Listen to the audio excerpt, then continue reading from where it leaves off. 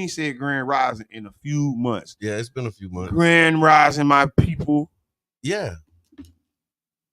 Welcome to the Tampa Bay Breakfast Club. I'm your brother John. This is Qiana. And I am the one and only Mr. Edmond. This program is being brought to you as part of the New Image Project of the Community Development and Training Center, a.k.a. See That? See That. And we like to thank y'all for tuning in, helping us to redefine what's cool, because smart is the new gangster. And if you don't know, now you know. You know, it's Freestyle Friday, right? It is. And so you know how like we're forever learning about ourselves. Okay. So I'm learning. Okay.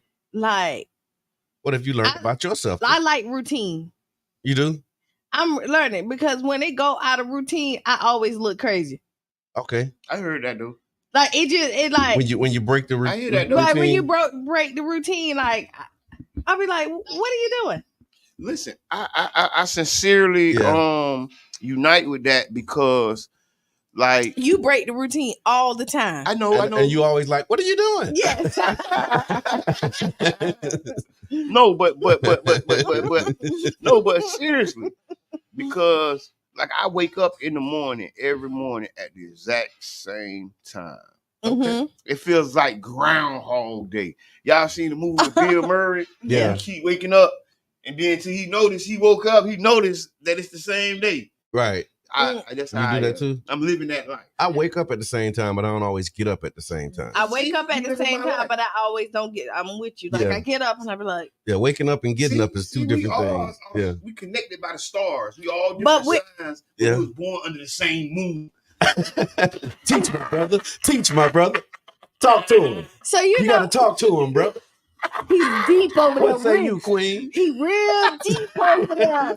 So deep. I don't think you feel what he said. No, you don't feel what he said. He said, this is what he said. He said, okay, so we all different signs.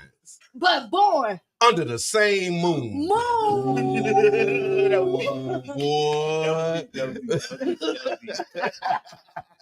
That boy good. That boy good. That boy good, man. Good morning, Sierra. So it's Freestyle Friday. Awesome. Y'all. I'm awesomely amazing today, Sierra. Okay. Awesomely amazing. Mm-hmm. How about you? What's your I'm Blacknificent. Blacknificent. Mm-hmm. Okay, so I'm Blacktastic. Okay. Wow. Yeah, I'm Blacktastic. Black thing. Since we're talking black, I really looked into something. And I went to the census, the sensuous bourbon premiered by Erica Sutherland this weekend, right? Studio at 620. Yes, and it was such a black excellence experience, right? Okay. And then I was thinking about it. I'm like, damn, we're a black excellence town. Yeah. It's like random black excellence happens all the time here. That's true. Because we're a black excellence city. You had to sit with it? No, I didn't have to sit with it. I'm looking because we talk about this all the time. So he's just catching up. So I'm just like just catching up. Like we've been to it, but he didn't know it. That's what you're saying. With the black excellent conversation, right? Yeah. And we talk about it all the time, like almost 365 days. We talk about black excellence. And today we got a whole segment called "What's Good," where we talk about black excellence. And then today he just said, "You know what? Listen, for real, it hit him though. It's the whole town. It's the whole city. Yeah. And we do black excellence things all the time, right? But just to realize, like this is a black excellence city. Yeah, it's a lot happening, man. Yeah. A lot of good people doing good things. Mm-hmm. Shout out to Dream Faith Foundation. They're doing the robotics club. So team number 9720 high school students. We're starting they're starting the robotics club in St. Pete. You can apply at www.727robotics.com and membership is free. We got a caller early. Good morning, caller. Joyful day, beautiful beings.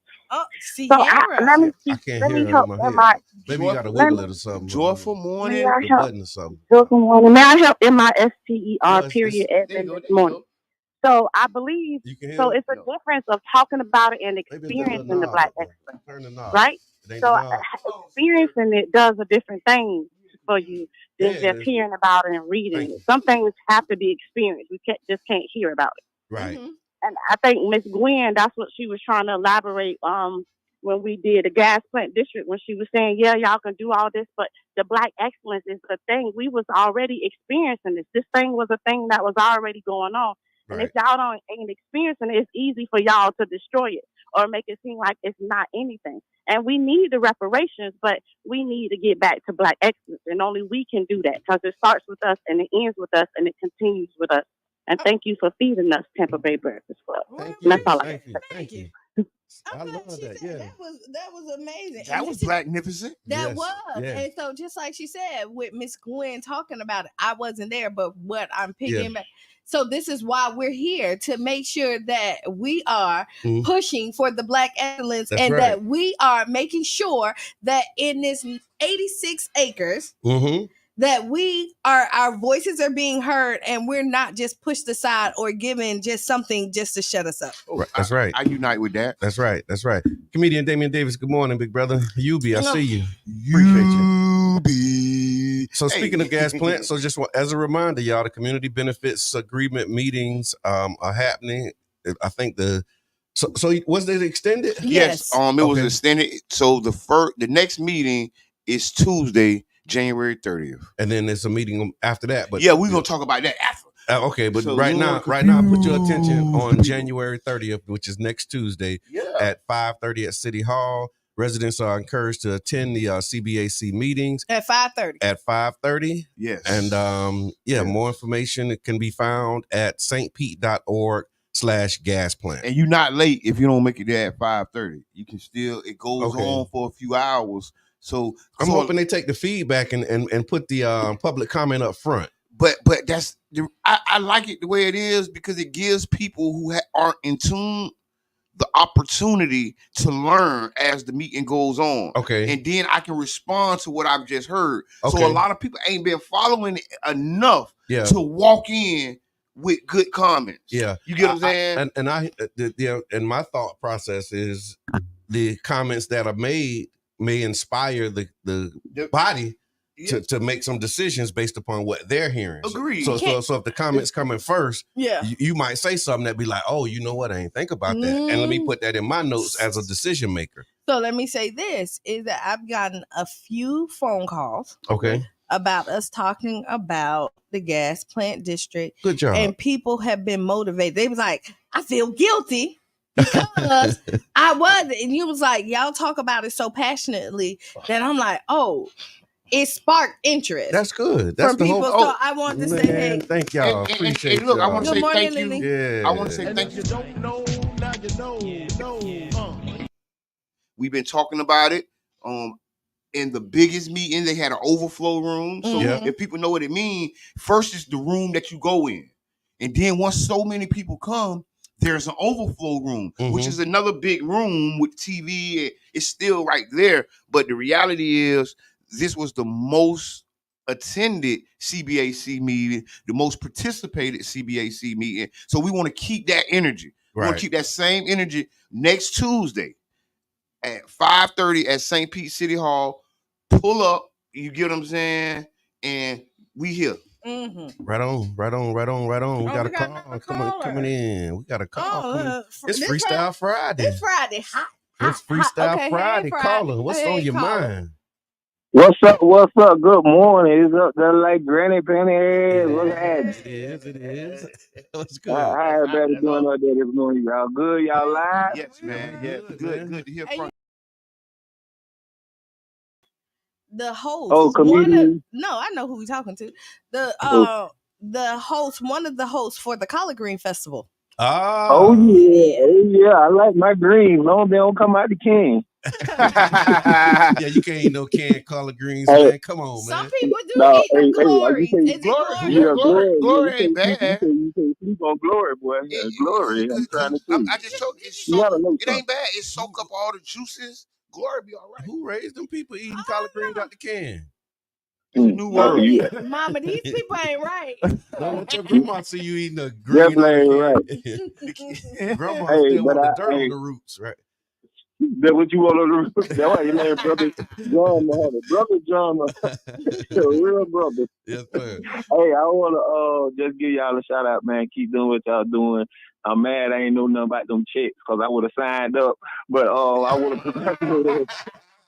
I We want finna talk Yes, about sir. that. We finna talk about it. I'm glad you brought it up. I Yes, want to sir. congratulate everybody that did get that money, and anybody going to the Gasparilla tomorrow.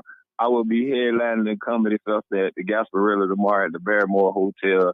Show start at 9. Comedian Damien Davis in the building. So you're going to the Gasparilla tomorrow. Pull up. That's I'm what's at up. Barrymore Hotel. I love y'all, man. Congratulations. Keep up the good work. Comedian brother. Damon Davis. But listen, I'm gonna really talk about this, right? Okay. There was a grant process that went on. The Foundation for Health of St. Pete gave out.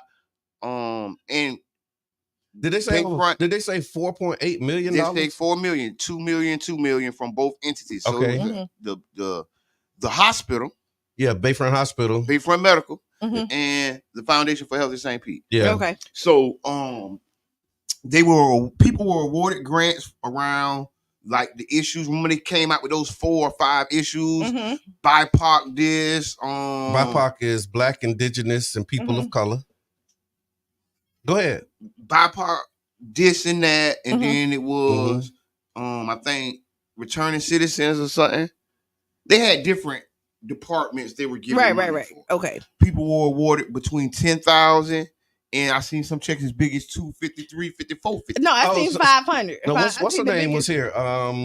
Yeah, Celeste. Remember Miss yeah. Dr. Yes. Collins from Yeah. Miss Sanderlin? Yeah, they Yeah. cashed And, a check. and I think they got like 430,000. Yeah, they Yeah. cashed a Yeah, check. yeah. I asked her for a job. No, One thing that I see, the biggest I saw was 500,000. yes. And I think it's well deserved. And congratulations to all the people who were able to take part in this process. Mhm. And then as I flip the pancake, I think I'm not really into grab bag grants. And what I mean by grab bag grants is like The lottery. and not even just the lottery, but When I say the lottery, I'll explain later. okay. So, but what I mean by because sometimes you picking winners and losers. That's life. We have to pick winners and losers, right? Okay. Everybody can't get a trophy. This is not little league football. Right. So, but the manner of how we pick makes certain people feel bitter or feel left out of the winnings. Are you setting up a solution right now? I'm finna- so Are this you is- presenting a problem No, as a prelude to a solution? You want to talk? Because we've been talking about it, right? Yeah. So here we Did y'all land on how to fix it? Yeah, a little bit. So this is what we're saying Okay. is because so like he said, it's amazing what they did for the community, right? Okay. When you look Bigger than at big. looking at the process, if there's anything that could be changed, I would take away like the pictures and everything and the publicity that comes with it. Because if you see other grants or if you know Other about awardees. or they don't really publicize it like that, right? Some And do, so some don't. Some do, I some see them don't. big checks like that pretty regular. Not like that. Not like that. You don't- But you don't- up you until- don't- Not around here, but I So see this is them what- like this is what- like when the Lightning, they have a foundation, and I see when they bring people out, they give them And the purpose the Lightning Yeah. does that for Yeah. is for promotion and publicity. Okay. See what I'm saying? I'm glad you named Yeah. the organization right. Okay. So, but what I'm saying is what I've seen in this and talking to a lot of people who Yes. did it is that it started, and you can't please everybody. Right. Mhm. Let's say that. Right. Is doing another division in our community when we want to bring together. I think the conversation, what happened was amazing and they did a good job is because people got big checks, right? Yep. And those people still need help in the community. Yeah. They're still gonna need the community help. And But that what check happened? ain't enough? But no, because what happened is people start counting other people's pockets. all the Yeah, time. Right. let me do this real quick, just for those who don't know. I found a story about it, and so here's what it said. It said that the joint grant making funds came from the Foundation for a Healthy St. Petersburg and Bayfront Health through a partnership announced last summer. The organizations came together to fund nonprofits working on mental health and wellness for Black, Indigenous, and people of color, and economic equity and justice initiatives in 3 zip codes in the South St. Pete community. What it says, through the request for proposal in 2023, the Foundation for Healthy St. Pete received 125 applications seeking $26 million in grant fund. Of those, 31 proposals received a piece of $4.8 million in joint funds for the grant cycle. Grant recipients could receive funding for initiatives in 4 categories: capacity building up to $10,000, professional development and training up to $100,000, programmatic operations up to $250,000, and then multi-sector collaboration $500,000. And then the full list is available online. All right. So I'm glad you kind of broke that down. So now we kind of framing it for people. Tony Wells, good morning. And what I'm seeing is, if you got like a $250,000, that sounds like a lot of money, right? Yeah. In there, but in the grant process, if I'm not mistaken, it's broken up in. Some of them are 1, 2, 3. Like there's terms to these grants. Yeah, absolutely. Right. So nobody's there's work and things you have to do associated with it. Yeah. And what but I'm the seeing, picture of me holding a $250 check. I'm just seeing the division. So you're saying the picture is causing people to like, pick sides or something? Most definitely. No, I'm just saying most definitely. So when people see them pictures, they like, so I'm going. They're rolling their eyes. But listen, I'm going to be 10,000% honest with it. It is it's historic in white supremacy to pick winners and losers, right? That is a part of it. So foundation work, and I learned this from working with the foundation about how entrenched in white supremacy that philanthropy is. Okay. So if you're not willing to upend the traditional philanthropy model, you're gonna walk in white supremacy, whether you're willing or a participant or you just accidentally trip over it. Right. Yeah. And from that learning that I did, just makes me know how in my head we have to just be hyper intentional on a lot of stuff. So here's what I'm seeing. I'm seeing 125 applications seeking $26 million. Of those, 31 proposals received 4.8. So what you're saying is those who out of the 125, if you're not in that 31, now you feeling some kind of way? Is that what you're saying?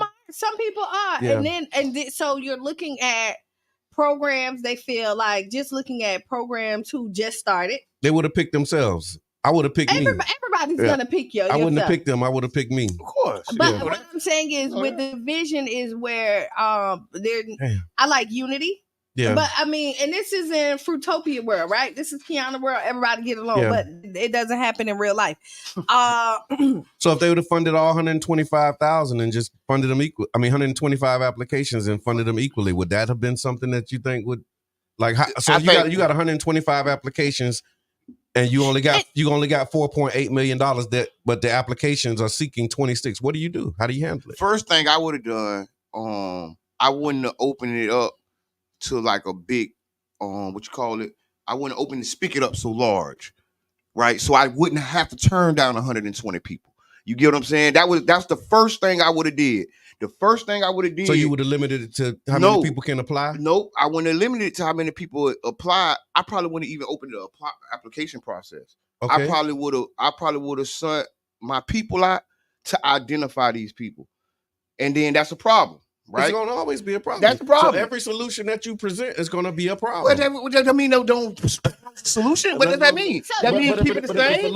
But if the solution presents a problem, then it's not really a solution. So this is what I'm saying. If your solution causes more problems, it's not a solution. Okay, this was the answer to a problem. That's why this process is like this. And if it costs more, what would you have done? I would have done. I don't know. I really don't know. How do you do this? I would have seen. I've never had $4.8 million to give out to the community. So I don't know how to do that. One day my One day we so are. y'all tell us, how would you do it? If you got $4 million to give to the community, how would you do that equitably? That's a question to the audience. Yeah, let's say that. But if it was me, I probably wouldn't have publicized it. Like I would have probably said 4.5 million was given out to the community. I probably wouldn't have did took pictures of everybody and did it, because I still know that and again, this is Qiana's thing, that you want the unity of it, and you see people who now are discouraged and do not want to do it. Which you get that all the time. And so you know this St. Pete, right? Yeah, I know. And so even if you don't put the list out, the list gonna be put out. No, not all the time. No. The money has been given away for years, and people don't know who got that money. I'm just gonna be sent out. So you saying keep doing that? No, I'm not saying keep doing that. But what I'm saying is, there's nothing wrong with you saying that you okay with just giving it and nobody knowing who got it. As long because you do the process, right? Yeah. Because St. Pete gives away a lot of money. Okay. And people don't, unless you don't know who got it. You don't know who got it. But then what happens is if people are still working with those people. Okay. Especially when you look, because those businesses who got money, they still need help from the community. Yep. You know what I mean? And now you have, and what I'm saying is people think that you got all this money, so you don't need my help. No, I still need your help. I still need the community. That's help. what we call pocket watching. Yeah, but you get that all the time, and with the significance of it, and then you're looking at a community right now that's hurting. People hurting. So everybody like, whoa, you got that? And then you're looking at different programs, and you be like, wait, hold on, because this was supposed to be. How did that program get it? Right, because you're looking at you had to be tied up to a nonprofit, and then some of these businesses are definitely profit. You know what I mean? And then you be like, the projects of a nonprofit. Right. And then you're looking at people who's out here really doing the work. They got denied. And then got denied. And then we're like, why? So here's what I'm hearing. So when you say hearing people that are really doing the work, that's implying that it's people getting money that's not really doing the work. And that's what, so people feel like that. Is that actually the case? Because again, a lot of the work that people do is unseen. But so you might not know. But perception is everything. But hold on. But no, I'm not. So perception because people moving in silence. But these days. Perception. So you don't know what they're doing. They're just doing the work. But perception is everything, right? This was a marketing and PR campaign. Right, and there's nothing wrong with it. At the end of it, $4 million is in the street. But listen, ain't nothing wrong with that. But and I'm happy with that. We kind of did it with less promotion, right? Take out a little bit, because what is producing the residual that is producing. So now a lot of people got targets on their back. Not just I don't want to work with you, but now let's watch and make sure they do everything right. If they make one false move, they out of here, and that's unnecessary. That's sometimes unnecessary pressure. So like. Big shot side, but you got to know that come with it though. If I would have got a $400,000 check, I wouldn't have been there. I would have been absent because I didn't need to be there to get my check. I wouldn't have stood there with that. That wouldn't have been criteria. If that's not criteria, if it was, I still would have told them I wouldn't be there. You know why? Because I didn't necessarily need the target on my back. I need to just keep doing the work. Yeah, I need to be able to do the work unimpeded. I need to be able to do it unimpeded. So knowing what's in my bank account may impede the work. Damn.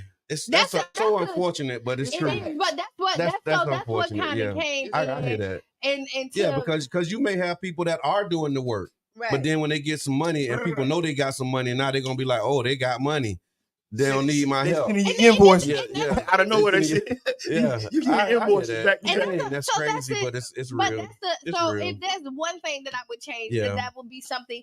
Again, I think the foundation did an amazing job. They put 4.5 million, was it 4.8 million in the road and out there, and people got some money to really help their programs out and to do some good in this city.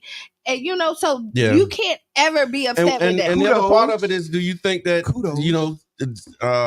it may inspire more philanthropy? Yes. Like people say, okay, well, look, they gave 4.8 million, and then they got. I can give a little something more. I can give something. I can contribute. I can make something. So I agree. So it might inspire people to contribute. And inspire people to be a part. Because I've got calls where people want to be a part of what's going on. So it's on every side. Yeah. All I'm just saying is let's be innovative and let's create a philanthropy model that builds the community up. And it's hard because at the beginning it's not easy because I think the launch. I mean, here's the thing. So looking at, you got 31 proposals. They received $4.8 million.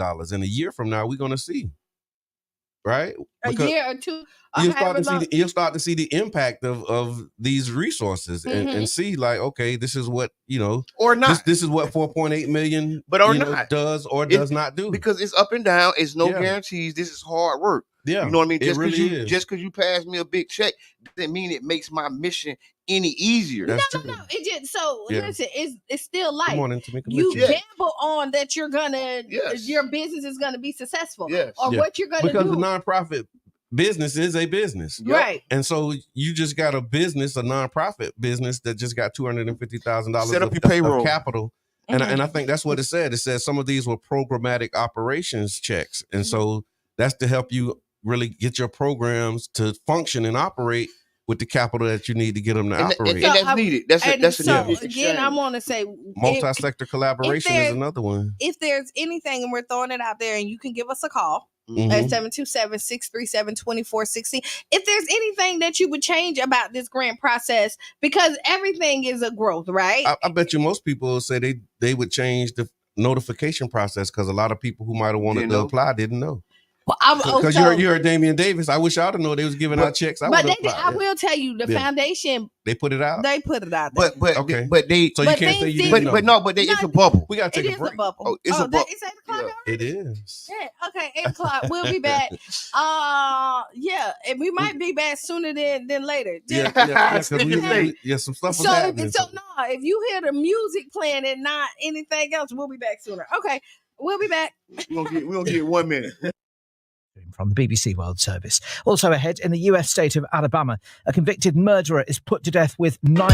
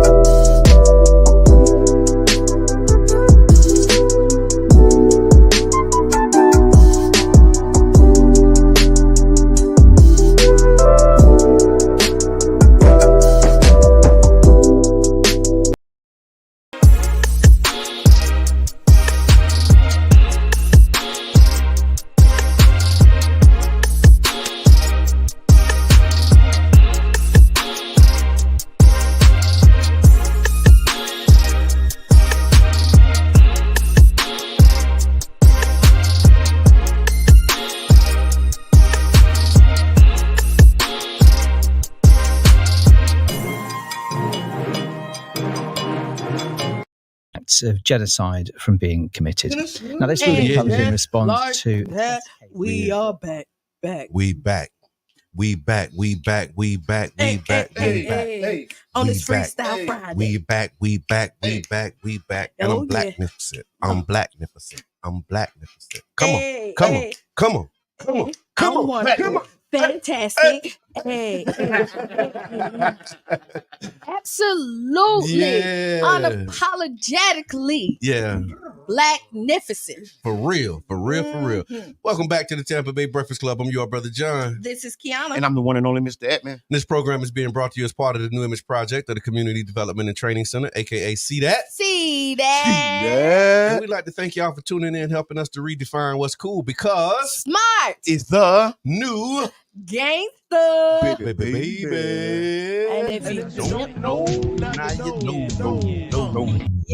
Yes. So if you missed that first hour, we left the first hour talking about the grants. Yep. And we threw it out. The grants. The Foundation for Healthy Hey, listen, the grants. Yeah, I love We're it. talking about the grants. I love So it. the Foundation for Healthy St. Pete awarded 31 applicants $4.8 million in funds. The grant recipients could receive funding for initiatives in 4 categories: capacity building up to 10,000, professional development and training up to 100,000, programmatic operations up to 250,000, and then multi-sector collaboration up to 500,000. Congratulations to the grantees and awardees. So we're now that, Yes. If you're listening to this conversation, right? Mm-hmm. Because we know sound bites are gonna come out, people are gonna say something. We are not hating. No, you cannot hate on is people who we just... cannot. We are happy that this $4.8 million went out to our community. That's right. And it looks like people like us, right? And for people like us. Boo-boo. So let's For do us, it. by us. Right. Yeah. So we It's are equity and justice. So, but what we are talking about is if there was any changes, what would it be?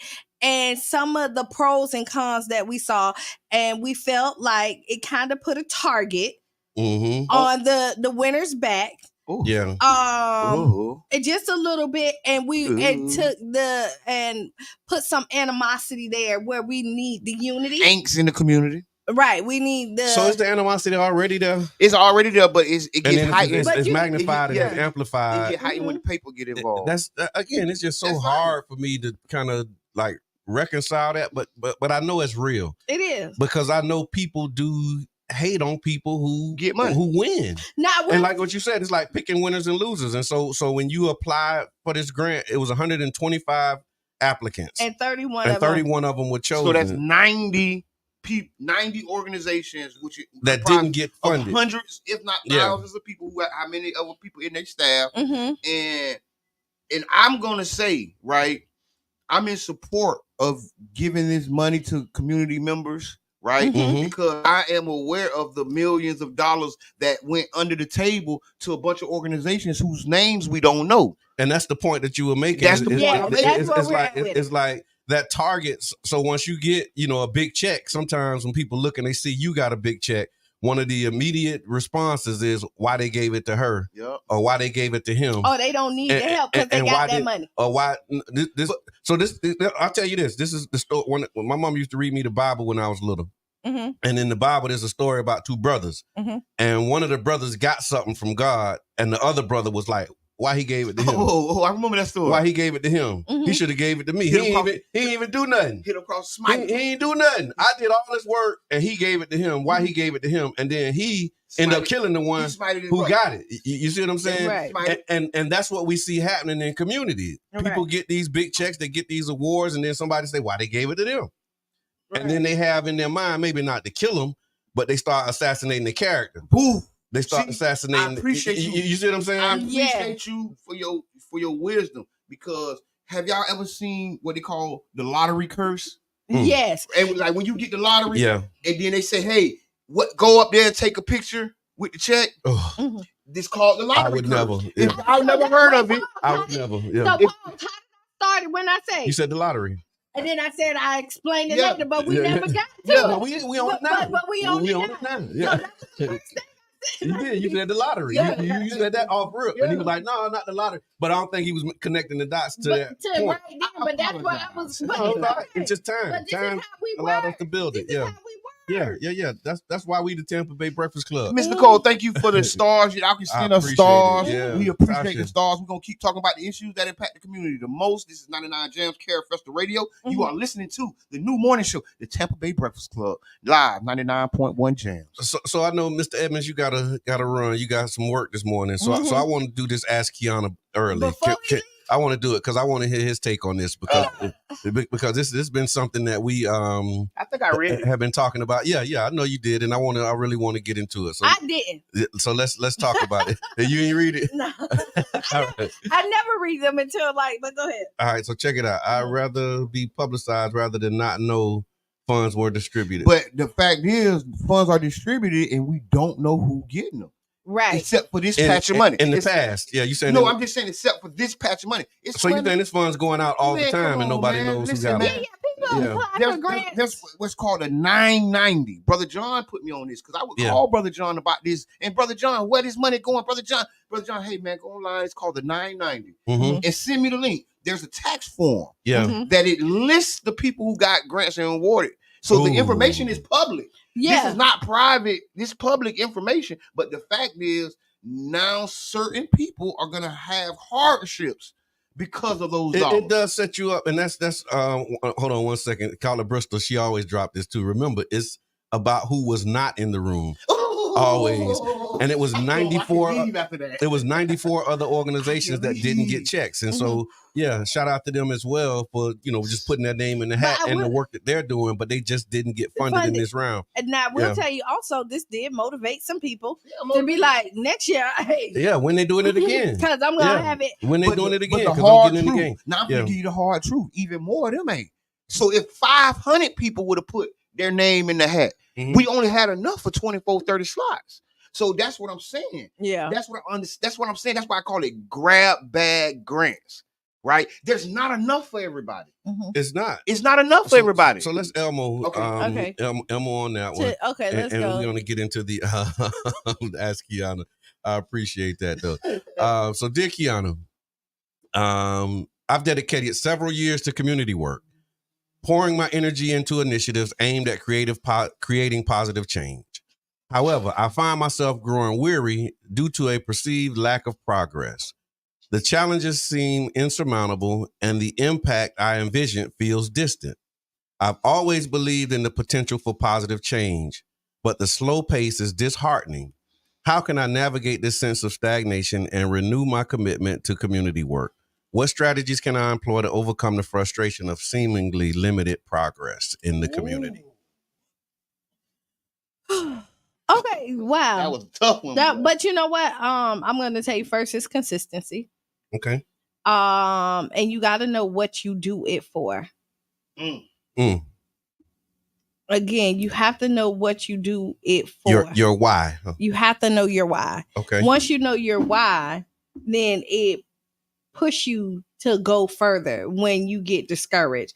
Because even though you feel like you're not making enough wave, a small wave will eventually turn into a tidal wave. It will, but you have to be consistent with it. You can't be in today, out tomorrow. So anything that you do, if you do it part-time, you're going to get part-time results.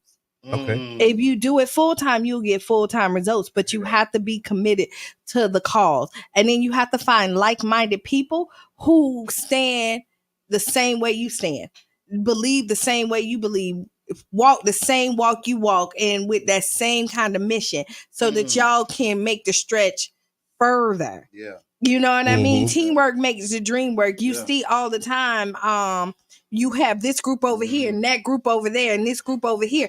If you merge with other groups that align with your mission, the impact is better and bigger. Yeah, I get it. I hear that. Mr. Edmond, I wanted to hear your thoughts on this before you. Yes, I think that's just how it goes. You ever sit and watch the tree grow?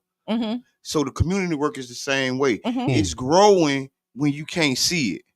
Like, it's growing, you come back, oh dang, that tree getting big. right? Yeah. But if you sit there and watch it every day, it's like watching paint dry. It's not gonna move. Yeah. And while you're focused on seeing the growth, it's happening where you can't see it at. It's in the roots. It's under the dirt. You know what I'm saying? It's in the tree branches, dropping a little extra inch.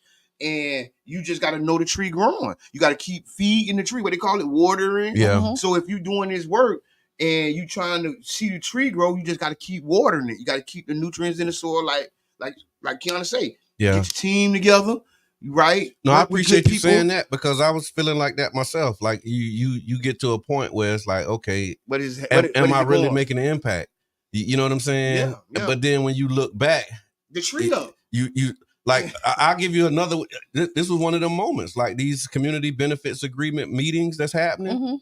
That's one of the trees that we planted. You know what I'm saying? We planted that tree in 2017. And like, this is the second project, and it's the most, the biggest. Like that committee right now is such a focal point and so significant and important around the development of the gas plant district. But when I go back and look, like, we planted that tree. You know what I'm saying? We watered that tree. And we like that. Those meetings that we complaining that people ain't in, and people like all of that, that's real. They wouldn't be happening. Like, it wouldn't even be a conversation. I don't think you hit me. But that's why I took it personal. When it was empty, when because, that room was empty, Brother Don, that's why I took it personal. Because we advocated to create that space. Like, what the world? Like, that space didn't exist, y'all. No, it didn't. That was not a space. No, it we wasn't. created that space. Yeah. I'm talking about, like, for real, like sat in the room and drew it up and said, this is what would be good for our community. And went out and smart people came in and said they've done it in other places. They'll places. never do it. Yeah, we heard that. They'll never do it. Yeah. You guys, why you guys trying to do a community benefits agreement here? You trying to make it an ordinance? The builders will never let you do it. No, this is what they said. They said, y'all trying to make it an ordinance? Yeah. Why ordinance? Why just don't make it an agreement? Yeah, just make it a handshake. We was like, no, we want to codify it. We want to put it in the city code. Talk. We want to put it in the code. Remember they were telling us, oh no, most community benefits agreement are between the community and the developer. I remember, brother. And we was like, yeah, that's the problem. Developers in our community don't respect us. So we need law so that they have to do it on city property. When we do, and we had those conversations, and we went to each council member. New deal for St. Pete. Thank you, Carla. We went to each council member and we sat with them and said, "This is what we want to do. This is what you do. And we secured the votes for the policy. We wrote the policy. We negotiated the policy. And we didn't get everything that we wanted, because there's a guidance document that say, like, if there's, you know what I mean, like we really did that work. When they was building it, one of the things about the communication with community members, that was one of the big things where I was like, man, I ain't joining that junk. I ain't finna co-sign it. I ain't gonna put my name on it. You know what I'm saying? Because I disagree with it so much, and I was very wrong. So I want to really say this publicly. I look back at that as I was sitting at that first meeting, and if you go to my Facebook page, I took a picture. I sat on the front row and I took a picture, and I said to myself, I'm supposed to be sitting up there. At several points, at several points. Yeah. Hey man, put your name in there. It's gonna go to the mayor. It's gonna go to whoever. And we're gonna try to advocate. But in my mind, I was halfway in. I wasn't all the way in. Yeah. And then when I seen what was going down at the meeting, I was like, oh my God. Yeah. You really could have been there. I'm like, this is real. Listen, I'm telling you, we wrote the policy, man. We wrote it. And so again, man, these are like, it ain't a Cat Williams type deal, but I'm telling you, like, we got a lot of instances like that where you sitting in a space making a grievance, and it's like, it's somebody that created that space, and we are the somebodies that created that space for you to be there. You know what I'm saying? And so that's the part that, like, when you hear us, when you say people are, when we remarking on how passionate we are, it's because, like, yo, we said we wanted that space. He walking like the Undertaker. He walking in. He finna tag you out. He finna tag you out. He finna tag you out. Ladies and gentlemen, it's the voice of the people, and it's about to get really real. So here, before we go, you tagging out. You got relief. You got relief. Yeah. But I will say this. Yeah.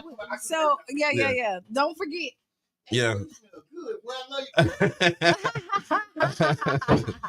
But you want me to tell you what people this is what Tasha said. I don't live there, but I'm from afar. Keep doing what y'all doing, because we have our grandchildren, and great grandchildren will benefit. Like, where you from? She from here, but she moved. Okay. Yeah, that's Tasha. This is why I respect Brother John Muhammad and Jabbar Edmond. You're telling the truth. Thank you, Carla, because Carla was there. Like she was there. You was there. You was there. Yeah. You know that space wouldn't exist if we wouldn't have created it. So back to you're right. So back to the Qiana, the ex-Qiana letter. Mm-hmm. I wrote that, y'all. Oh, Lord. Did you? That was me. Oh, so just think about this. Oh, I did not know that. It wasn't me, but I yeah. He did. But I will tell you. Yes, sir. Let's talk about this. But wait, you gotta remember is that you gotta crawl before you walk. Y'all tag your friends before you run, and then you run before you sprint. Right? Okay. And you got to think that this is a race and everything doesn't happen overnight. And our timing is not always the right timing, but the right time does come in, if that makes sense. Yep. A little bit, a tad bit. Okay. So you heard the Ask Qiana. So let me just kind of recap it, y'all. We had an Ask Qiana, and the Ask Qiana is talking about basically what do you do when you get, I guess disillusioned may be a word. It says, I find myself growing weary. I've been doing community work for several years, pouring my energy into community initiatives aimed at creating change. I find myself growing weary due to a lack of progress. I'm trying to paraphrase it. Yeah. I always believed in the potential for change, but the slow pace is disheartening. How can I navigate this sense of stagnation and renew my commitment to community work? Yeah, and again, I'm always go back to your why and why you doing it. Figure out your passion. Also, and because sometimes some people get burned out. Sometimes you need to take a time out. Yeah. So where did the burnout come from? The burnout comes from the leaders in the community feel like they're getting burned by the leadership. The burnout comes from the multiple meetings when y'all already know what y'all finna do. Like the burnout come from us voting on a whole pier. Yeah. The burnout come from us voting on a whole pier design, and then they went and put what they wanted out there. Loretta, yeah. You know, and so the burnout comes from that, and then you think so it's not just lack of progress. It's like, is it like lack of impact or no? This is what I tell you. I tell you what we was talking about. It's lack of recognition. I said this before. Not that's another look. We gonna have to like segment this thing, but that illusion of inclusion. Exactly. Remember the illusion of inclusion we talked about is when they bring you into these spaces and you have these conversations. But the decision is already made. But the perception is, or the advertisement is, you coming in here to help us to inform our decision. But when you get in there, you can look and you feel like see their decisions is already made. Yeah, and it's just like because they're checking the box by getting community input or community engagement. And if you've been around and you've done enough of those sessions, and then you start to see the pattern of like, okay, every time I come, I give them my thoughts, but they never take my thoughts. Or we give them our input and they never use our input. So what am I doing? So that's a part of it too? That's what causes the burnout? Is what I'm hearing? Yeah, that and so I want to be careful how we're framing that because this is the same thing of when you look at it about voting, right? Okay. And people be like, oh, my vote don't count. What happens is it's not enough of us. You see typically the same people that comes in, and then you look at the difference of on the other side, how many people show up.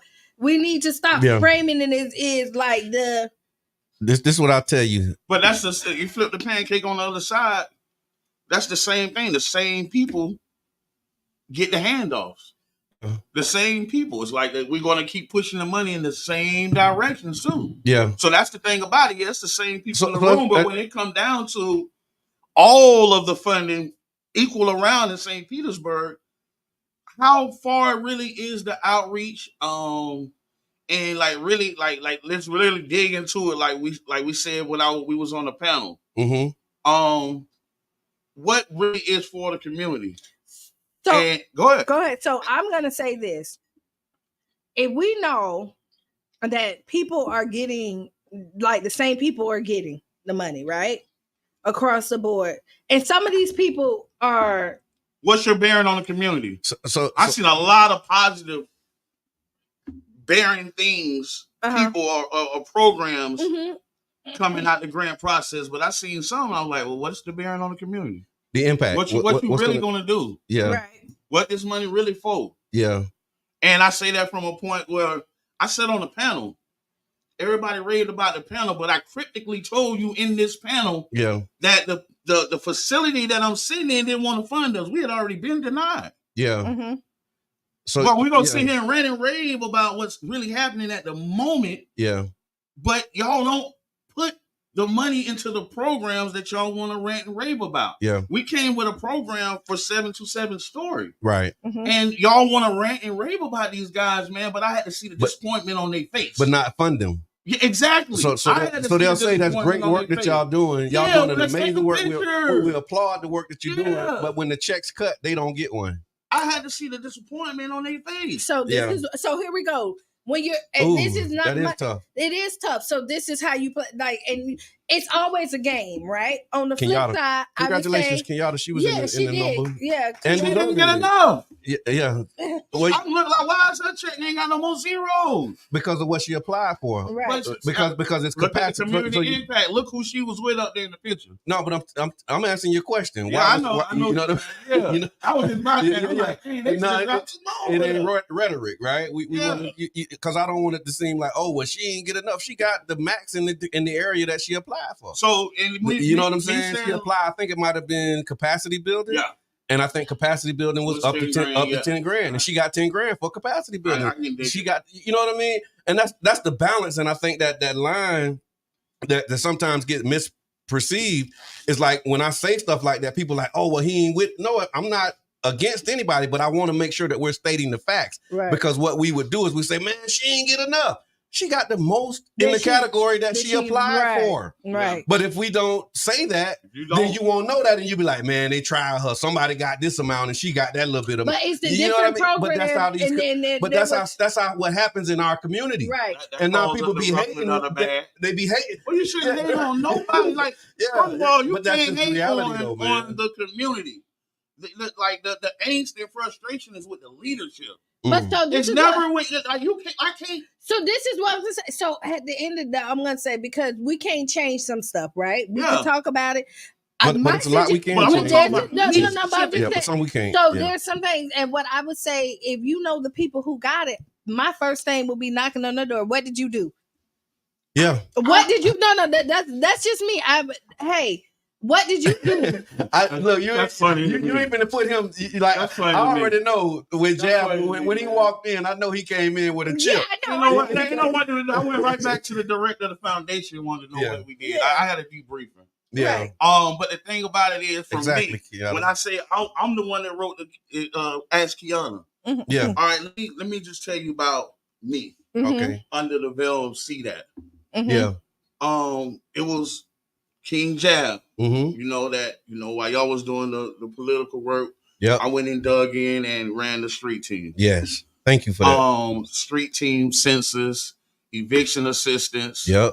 All of this stuff, right? So, and then the thing about it is, I had the opportunity. You ran mask up too, we right? gave out masks. We did meals for the people that had to the work. essential workers. All of this stuff, but we did all this stuff under the realm of the foundation. Yeah. So I've sat back and I'm not saying it was them, but I've sat back and watched all of the work that we've been done be reduplicated and funded back to other people. Yeah. It's like we're not gonna keep playing about this. The whole street team, the whole community listening thing, bro. This was programs that we built. They put our functionality into their programs to get funded because they seen how we function with the street team. Right. And they duplicated it. So, and it's duplicated. So the thing about it is, me personally, this is why I said that in the group text. Yeah. I don't want to play no more. I'll take my ball and go home. I'm laughing because but it's so serious. But just the way that you say that, when you say I don't want to play no more. I've been in games like that. Yeah. Where you be like, man, I just don't want to, like, I don't want to play. Yeah, because you seeing what's happening and you seeing what's going on, and it's like, I don't want to be a part of this no more. And that's when you go back into your why. That was what Qiana said. The same program is being funded by the Housing Authority in Gainesville. Manatee is finna fund like we created program. models. And then this and then it's like, this is a cognitive therapy to attack your mindset. Yeah. The worst thing in St. Petersburg right now is the adults in our city's mind states. Yeah. We can't get no movement on the raise. I say it every time because people more busy defending rats and roaches. They want to, we had rats. They're talking about this and what's going on with the $6.5 billion. Yeah. Or coming to the CBA. Like they'll engage on topics that have no impact on their day-to-day lives. So our whole community the mind state need to be attacked before we can move forward and be blacknificent, right? Yeah. So I want to talk about this because this is something that we talked about, and this goes back to some of my orientation in the nation, right? And the training, as a part of the self-improvement program. And we talk about why people leave, because my wife and I, we had this conversation a lot too. Like when we was grooving hard, and this is, how can I say it? This is how she said, we've been doing this work since our early 20s, and now we're in our late 40s. You see what I'm saying? Yeah. So I've been doing it since my early 20s, and now I'm in my late 40s doing this work. So we've seen some things in different spaces over the years. And one of the things that I've seen is people come and go. Yeah. A lot of people come and go. A lot of people get involved, and a lot of people end up hitting what I learned later was called a wall. It's a wall in this community organizing and it's community work. So when you volunteering or when you're doing this work, like you get to a place where you hit a wall, and that wall may be burn out. Get picked. It may when everybody else picked and you on the sideline, like, I didn't. That's one of the walls. That's the wall. That's one of the walls, right? But then you got another wall of just like I'm doing all of this work and I don't see the progress. Absolutely. And so it's like, okay, I'm gonna go do something else. Because what I'm doing, it don't seem like what I'm doing is actually making an impact. But it is. And I'm going to say this. So when you look at it, because Jab, you do a lot, right? I know. So every time one of them kids hit the football field and look back and give you a smile or be like, thank you, you know that you made an impact. The fact that Story 727 is still moving, right, regardless of this right here. And they're gonna keep it because they keep. Because that's what we did. Because one. So I mean, the disappointing part is that literally within the next 90 days, I'm going to take this same program with 727 Story to Sarasota. Yeah, I already got my uncle own plenty property over there. Already got a facility, and we're going to do the conflict resolution MRT classes there. The other part of this too, Jab. Done here. Yeah. The other part of this too, Jab. What I'll say. This is what keep me sane. Right? Because like I said, early 20s when we started this, I was 21, 22 when I started doing this work. And people call me crazy because what was that? 2000? No, this is like 98, 99. And you remember what you was doing in 98, 99. And we the same age. And I had stopped doing a lot of the things that we were doing and just took off. You know what I mean? And I'm on the corner selling Final Call newspaper saying, wake up, like the dude on, do the right thing. I always bought one too. And thank you for that. And your whole team did. I got a lot of support. And that's why I was able to keep going, because when I made my transition, like I didn't go to prison. Like I saw people go to prison. I saw people dying. I'm like, man, I got to do something different. And so my something different was getting into spirituality, finding my roots. So I went to different churches and all of that. And then I saw one of the brothers on the corner. He was like, man, this is what it is. Answer my questions. Long story short, I joined the nation. That's, you know what I mean? Yep. It was like, remember how Uncle Sam wants you? Some people went to the military. Some people did. I joined the nation. And then when I did that, it set me on this course of community service. Right. And so that's what I'm saying. I was 21 doing this work, saying, wake up, man, y'all need to, and people would call me crazy. So now just imagine this, Jab, like books I was reading in the 90s, stuff I had to go to the library to get. Now all of that stuff online. It's on the internet. That's true. And now there's this movement to stop woke. Just imagine how I'm feeling, like, because it's people that I remember when I was trying to wake y'all up and y'all like, man, get that mess out of here, man. I'm on this track. And then you do 5 years in prison, come home and say, Brother John, you was right. You know what I'm saying? But I was trying to stop you. You know what I mean? I'm trying to intervene and interrupt. And now you coming back later saying, you know, we get it. And now you more woke than I am. You know what I'm saying? How am I feeling? But it don't make me stop. I'm encouraged by it because I understand all of the fruit on the tree don't get ripe at the same time. Right. You know what I'm saying? And the lesson in this was you have to remember your why. Why are you doing this? Why are we starting? And that's one of the lessons. And then the other part of it, man, is what's for you is for you. Yeah. You're gonna get what's yours. But you know, my position, you know what I'm saying? My position is I'm not going to come in and don't. I'm speaking for me. Mm-hmm. Don't feed me, but need me. I hear that because that be my issue. You'll want to call me like get jab over here. Yeah, and do this, that, but you don't want to put me in position. So I'm just gonna speak for me because that was the conversation that I had with Eric Jackson. I told this man, I say, bro, I don't think it's y'all. I think they just don't want to mess with me. Yeah, for real. And that may be real. And I said, so I'm gonna step out of everybody's way and let them have it. Yeah.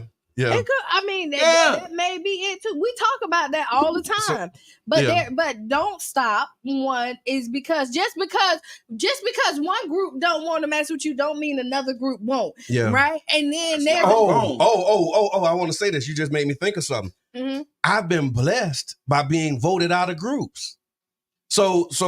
Mm-hmm. Oh man, we need to have a next chat. That's right? True. But because I've been a part of groups in the early stages, and I'm like, holding the accountability. Y'all know how I show up. Mm-hmm. I got a lot of questions. Sometimes it takes me a little minute to make a decision because I'm really going through. I'm very deliberate in how I process these things, and my process didn't work for them because they like, let's go, and I'm like, wait a minute, what about that? Mm-hmm. Well, have you thought about this? Have you? And they like, man, see, you tripping. Blah, blah, blah. We gotta go. And it's like they'll come to me and say, you know what, Brother John, we think that you too busy. This was one of the groups they said, you just too busy. You can't really participate. And I'm like, mind you, I'm participating, but the way they want me to participate, like they have their meetings in bars at night with drinks. And I don't go to bars at night and drink. You know what I'm saying? So it's like, okay, so I'll miss the meeting. Y'all tell me what's happening. So I'm engaged in the process, but I'm not showing up the way they want me to show up. Right. They voted me off the island, long story short. And then the group just kind of devolved into like this whole mess. And I was so happy that it was like, man, thank you. That y'all kicked me out of that group because if I wouldn't have got kicked out, I would have been a part of the mess. Yeah, you know what I mean? And so sometimes, man, you got to look at, how God is using you. Yeah. You know what I'm saying? And if you look at the prophets and messengers of God, it was never a mass movement. It was never a whole bunch of people with them guys. It was always just a few. You know what I'm saying? And then I'm going to tell you what the beauty is once you find that sweet spot, boom, it'll be like an avalanche. Yeah. Like once you find it, start off small, like you feel like the movement is real, so like, I'm getting discouraged. But once you find that sweet spot, oh boy, it be like, it's gonna be unstoppable. So don't get discouraged. One, and then it's hard though. I ain't gonna take nothing away from it. I ain't gonna take nothing away from it because you watching stuff happen right in front of you. I still got to pay bills during the midst of being discouraged. Yeah. You know what I mean? That I can't keep taking my time away from my family and my grandkids. I did that to do this. Jabbar stopped me. It's like y'all done heard me tell the story before. I was done. Yeah. I said, man, look, I'm finna go get me another job. I'm gonna let y'all have this. Was like 2012, 2013. And I'm like, man, I'm done. And that's when we was like just hooking up. We had done family fun day. We was doing all of this stuff.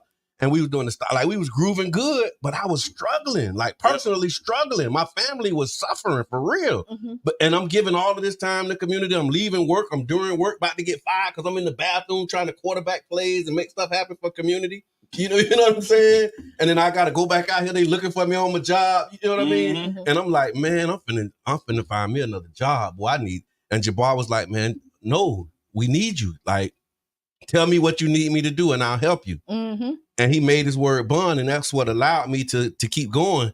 But I was there, bro. Like my personal sacrifices, I'm like, man, I can use these same skills that I'm giving up for free and offering to the community. I can use this I can use this to benefit me and mine. Everything for sale, right? Like I ain't gotta be doing this, dealing with all the stuff that you seeing. Like the stuff you seeing, like you seeing the foolery, you seeing how they playing with people, you seeing who getting, like you seeing all of this stuff. Like I was like, but that wasn't the reason. My reason was just like, man, look, I got some realities that I need to handle. And it's going to take a job for me to handle that. I need to get up out of this. You know what I mean? And that's reality, right? Yeah. That's. But I kept going, and I'm glad I did, and I'm glad I had the support of my family to do that. You know, that's the other part of it. Because when you mention that, like you taking time away from your family, if you don't have a support system and a family behind you that's going to be like, keep going, you know, do that. I support you.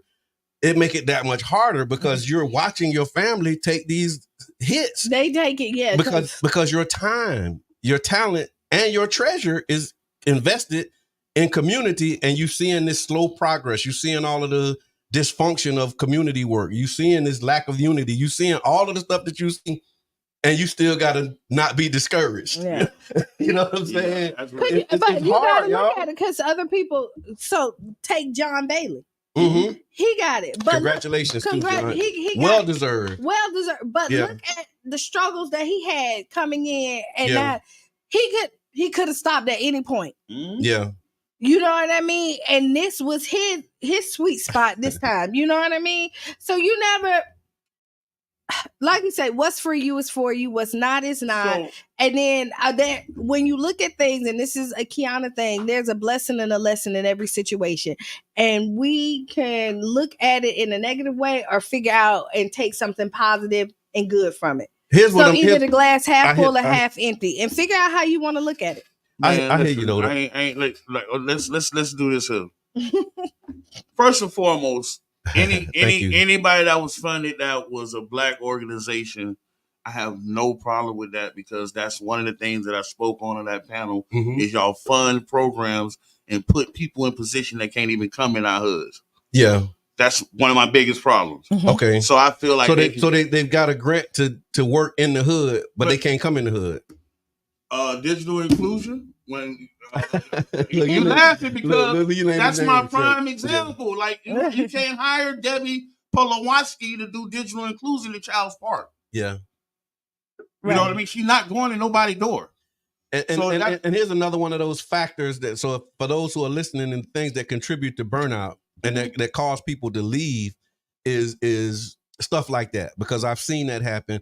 I saw it.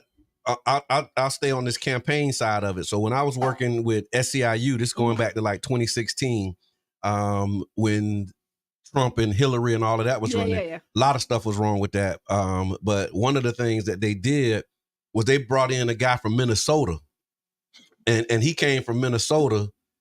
No, he wasn't from Minnesota. That was another organization. He came from Detroit. Mm-hmm. He was an organizer in Detroit, and he came here to be our boss. Yeah. For the campaign, to tell us how to run a campaign in St. Pete, and he from Detroit. And we like, wait, what? Who's that, man? Like, how y'all send a guy from Detroit to come and run a campaign? But that's what they do in a lot of these organizations. They send people that are not from the community to come into the community, and then they need people in the community. And they come to you. And they want you to volunteer. Right. Like they ain't coming to you with a check. They ain't like they're paying somebody to do a job that they can't do without people who are here, and they want you to do it for free. That's a problem. We see it all. We've been talking about this for like the last. Like, listen, don't come ask me for something that you're going to pay somebody else for, and you know. Carla put young white male. That was a different group. Carla. That was another time. Young white male. That was another time. I'm telling you, it happened so much. It happened because we talked about even Andrew Gillum. We know how small Andrew Gillum campaign was when it first started. It wasn't even 75 of us that ran his campaign. And then when he won the primary to go to the general, the Democratic Party took over and they hired somebody over me. And I was running this whole area. Mm-hmm. But then that person couldn't do it and they had to rehire me over him. But at first they wasn't giving me the job. You know what I mean? Me and Jabbar talk about how they hire other people from other places. Right. And then we're still running the office. So this chat is swinging, y'all. Yeah, it is. Let me tell you the opening light, Go right? ahead, go ahead. We had the CBA meeting the other day, right? I got the 5:30 on time. What's Yeah. up, Jabbar? I go in, I sit down. Mm-hmm. Between 5:30 and 7 o'clock, Okay. I had mixed 6 tax appointments. Yeah. Because that's your business. So I just, if I charge all of them $300, that's $1,800 I sit in a meeting. While you're sitting in the community while I'm meeting. sitting in a meeting. Yeah. Mm-hmm. Yeah. For real. Like, my wife work, texting me like, people here, yeah. You chasing a raise and you missing money. Yeah. That's what I'm saying. You know what I mean? So and those sacrifices, a lot of times people don't see. You would never see that sacrifice. Right. All they see is you in the meeting. Right. They don't see what's happening in your life while you're in this meeting. Exactly. And me as an organizer, that's why I'm like grateful for everybody who show up at any point, because I know we're always competing with real life. You know what I mean? So if you volunteer, if you give me 30 minutes of volunteering, I'm grateful because I know what it takes for you to give your time to a thing that's a volunteer And I movement. always say that, listen, give me 100% of whatever you can do. Yeah. At that time. If that's 30 minutes, when you there for 30 minutes, give me 100% of that time when you could do it. Because again, when you volunteer, that's precious. Look, my wife jumping in. I got a bunch of chats, but I got to take this. Go ahead. Because it's the truth. She said, "Morning, Brother John Muhammad. We didn't only support you as a family, but we work side by side with people helping out in the community, doing a hell of a lot of things. Your family isn't a slouch. You better know it. You better know it, baby. Because look, when we looking for volunteers, the first person you look to is the person that's standing next to you." And she's been standing next to me for 25, 30 years. You know what I mean? Mm-hmm. And so we have, like, that's the other part of it. And pardon me for not saying it properly, because I think, and I said support, but I don't think you all know what that means when I talk about my family supporting me. So let me just say it explicitly. I'll give you one example. My wife, this is like the early days. Like I said, we've been doing this since our early 20s, right? We're in our late 40s right now. So my children were small. I want to say maybe like 9 years old and maybe 9 and 4. Mm-hmm. We used to work alternate shifts, childcare, right? Mm-hmm. So my wife would work days, I work nights, and in the summer, so I got the girls, right? So I'm doing their hair, but I'm a soldier. So my girls would go and they would soldier with me. Like when we was going door to door in Bethel Heights in 1999 and 2000, like my children were there knocking on doors with me. Mm-hmm. You know what I'm saying? You miss birthdays. I miss birthdays. I miss, cheerleading practices. Because baby girl birthday is right around election time. Yeah. And that's late. That's the later years. I'm talking about the early days. I'm talking about like when me and my wife, like we out raising funds for, our national fundraising drive, and like we pulling up in traps because like we know where to go get the money. Like, what I'm saying? Like we going like, and I love to hear from somebody who was around in those days, like when they were shooting the dice games. I hope they still around, because we used to like roll up on dice games, telling them, "Yo, we raising money for Black people, man. We gotta, we trying to build schools. We doing, this work, and we need y'all to contribute." And my wife was there. Money than you can never imagine. Man, they was there. You know what I'm saying? Like that's the thing. Like y'all don't see her a lot. But it's just because y'all just not coming around. Right, because she's y'all just not coming around. There's no Brother Muhammad. Like y'all just not coming around. Like she been here and she's seen so much. Like, and here's the thing, like the stuff that I've seen is don't compare to what she's seen, because she's a looker. She's an observer. You know. And I'm always, I'm the one that people looking at, but she's the one that's watching y'all. And she the one that got your back. She looking like she can tell you straight up, like, hey, yeah. Like, yeah. But look, this is a hot topic. Everybody. People see Bro John, but really overlook and disrespect the family. And Bro John have done this by himself. It's not that I have not done it by myself. Yeah. You know what I mean? And I hope y'all know that. Because I'm telling you, man. And listen, to Sean, just think about it. I don't think people overlook the family. Brother John is just the face of it. No, they do. We don't subscribe to all. We don't subscribe to all. But I can't let y'all off the hook. It's some of y'all that disrespect my family. Oh, okay. Not in here, but in this room. Oh, okay. But I'm saying it's a lot of people in the sound of my voice that outright disrespect my family. Straight up. That's crazy. And that's a struggle for me because here's the other part. What's crazy about it is they claim to love me. Yeah. So how can you love me but disrespect my family? And when you say disrespect your family, like however you imagine that. You use your imagination because there's so many different ways that it shows up. You know what I mean? In overlooking, in attitudes, in posture, in demeanor, in conversation, comments, words, remarks. Yeah. You know what I'm saying? Yeah. Like just be saying stuff crazy, like, or not saying stuff. Like it's just so much. Yeah. Look, we're gonna do a lakeside. I'm gonna do a lakeside chat with my wife. So here's the thing. I'm gonna do a lakeside chat with my wife, and she can tell y'all her side of the story. Because I'm telling you, it ain't just a Brother John thing. It's Brother John and Sister Sean, but y'all just call her Brother John's wife because y'all don't know. I call her Mama John. y'all don't know. So, but I would say it's a lot of respect for your family, and maybe a lot of disrespect too. I can keep saying that. You can keep on saying because I gotta beat that drum. I gotta let them know.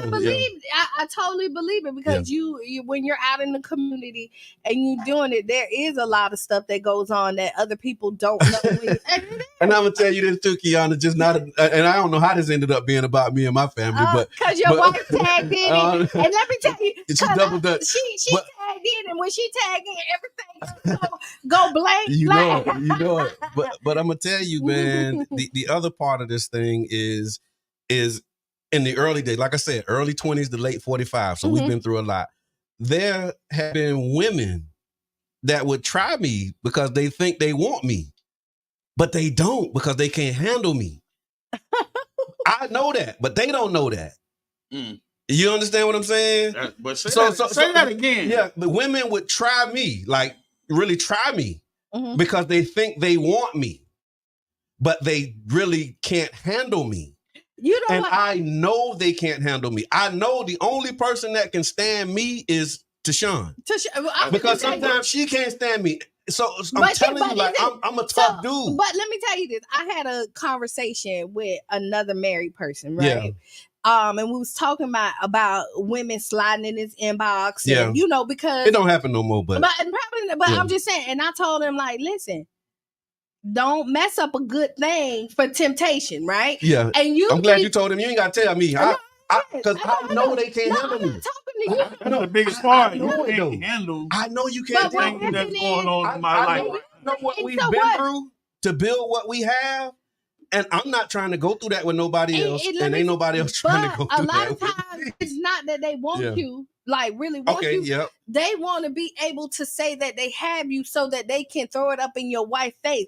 Misery loves company. That's you know what I mean? Yeah. Misery loves company. It ain't that they necessarily. It's just a game. It's the game. Like if I can get it, like and people like people of power. So you asked about disrespect. Put that on the list of ways that they disrespect my family. That's another one of the ways of disrespect. So I'm gonna tell you that is extremely disrespectful for you to slide or talk to somebody that you know that is married and trying to do it. And then on the flip side, extremely disrespectful for married people to slide in single people inboxes. I mean, I'm just flipping and the thing of it is you don't realize that it's Freestyle Friday. It's Freestyle Friday. So let me see if we can do it. Yeah, like it is crazy, Aaron. Like you wouldn't imagine. That's what I'm saying, man. But what y'all see? You want me to tell you can't you don't see. But you don't see it. And when I say I can see it and I do understand it, but I was saying there's probably more respect than you think. But you do see the disrespect. Yeah. But anybody with power or somebody with clout or name or something that people gravitate to people with power. Yeah. People want to be associated with somebody of substance and power. It's something sexy. It's something they were romanticizing. Yeah. You know what I mean? What if and all this other stuff. Ooh, and that's why I'm so glad I learned early that God is the one that got all of the power. Because that's where I'm seeking to be close to. Like, I ain't trying to be close to white people because I know they don't really have power. Yeah. I ain't trying to be like, you know, like God is the ultimate. So anything that you can think that there's power, come on, man. That's the power. That's the real power. So if you want to be close to somebody with power, get close to God. Amen. because you're trying to get near the Pharaoh, and then Pharaoh gonna show you what he got for you. But that's what you getting close to a Negro gonna show you what he got for you. Get close to God. Don't try and get close to me. And if you're trying to get close to me, I'm gonna show you. Okay, being close to me, I'm gonna point you to God because I'm here for a reason and a season, and after that, I'm gone. But God is the ever living. So tie your camel to Him and His cause and His mission and His work, and that's what me and my family subscribe to. Like we on some. Get right and get close to God is, I mean, not perfect. Don't get me wrong. Like we got our things, but we know that there's none greater than God. And so even the trials and the challenges that we face, they're great, but God is greater. That's what Allahu Akbar means. Yeah. God is greater. So anything that you're dealing with that's great, just know that God is greater. And if I had to give a final thought. If I had to give a final thought. Anything that you think of is great. Anybody you think of is great. Know that God is greater. And that's what we mean when we say Allahu Akbar. You got a final thought? Fine. My final thought is to Brother John, man, I appreciate you, bro. The only reason that I've been in this realm and stayed in this realm is because of the conversations we've had. Like, I remember you telling me I don't want to run. Yes, sir. I remember you telling me I got my family's blessing. Yep. And the only reason I might stay in this is because of you. No, I get it, man. I appreciate you man. know what I mean? And me sitting here thinking about it because, like, really on some real, bro, like I'm a Gemini. When I say I'm done, I'm done. Yeah. But I can't leave you out there, so you know. Yeah. I ain't gonna leave you, bro. I ain't gonna. I appreciate that, and I'm look. We got 1 minute. I can say this because that's the other part of this that keep me going. Like I said, I realize that people do come in your life at certain times. And they come in for certain seasons, and some come and they stay longer than others. You know what I'm saying? And so when I talk about people who've come and gone over the years, I'm grateful for those people because when they came, if you was with me, you was gonna make a meaningful contribution. Like if we close, everybody that I'm close to is because they're feeding me. Like I don't have a lot of friends. Like I was thinking about this. Like I don't have friendships outside of the work. Like all my relationships start in the mission and they start in the work. We talked about and that's the base. That's the thing we have in common. Like we'll find out other stuff we got in common, but most of my relationships are mission based. We met doing family fun days, and you did it on your birthday. You talk about sacrifices. He was cooking food for other people on his birthday. So, was that the first year? So we got 1 minute. I don't have a final thought because everybody do a lakeside chat. We're going to bring back the lakeside chat and tell y'all some of this stuff, man. Listen, so you can't. My final thought is you can't outdo God. Nope. You know what I mean? So you do God's will, and then He will definitely take care of you. Right, absolutely. We do, write down your 5 things. I'm always we got a couple seconds to get this chat. We can't hit it, y'all. No. Y'all come back on Monday. Because this phone broke. Come back Monday, 7:00, 7-ish. 7:15. 7:15. We'll be here Monday morning, man. And we're almost done with this. January came in like he had something to do. I swear. Yeah, I think I'm gonna take a couple weeks off, man. I think I'm gonna take a couple weeks. But stay tuned because we got Sister Hughes. She gonna make you lose your shoes and shout all around the house, man. And this has been the Tampa Bay Breakfast Club. You landing that plane, ain't you? I'm your brother John. This is Qiana. And this King Jab, the voice of the people that ain't concerned about the roaches and the rats. Love y'all. We out.